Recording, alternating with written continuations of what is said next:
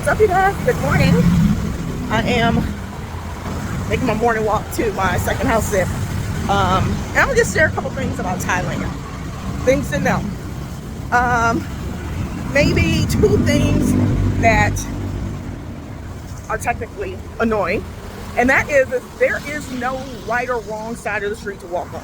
And I don't mean side of the street, I mean like, do I walk close to the buildings or do I walk on the outside? Everybody does their own thing. So you're constantly like walking into people or people walking into you, or well, which side am I supposed to be on? Even when you're at the park will have arrows and then the arrows just switch. Or you're walking up the staircase for the train and the arrows switch depending on the curve of the stair.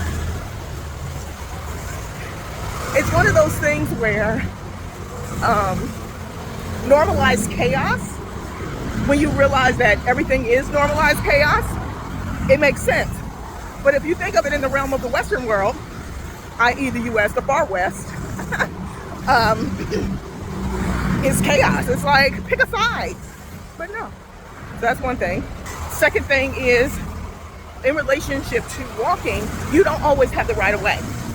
So you may be walking and you're crossing the street. A lot of times they will slow down and stop for you, but they're not obligated to.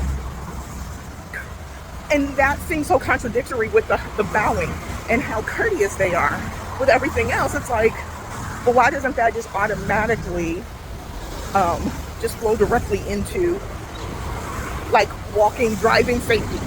It doesn't. And it's an Asian thing. And I think it's because it's the organized chaos, normal chaos. And they're so used to it, you just get along. You just get along. So those are two things that are like, what in the world? The third thing, the lack of theft.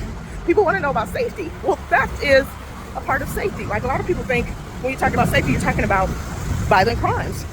No, I'm talking about theft, personal theft, item theft. You walk up and down the street, everybody leaves their motorbikes with their helmets in their garages where nobody can see. Packages, your packages come and they sit outside in the main area where anybody can come and pick them up.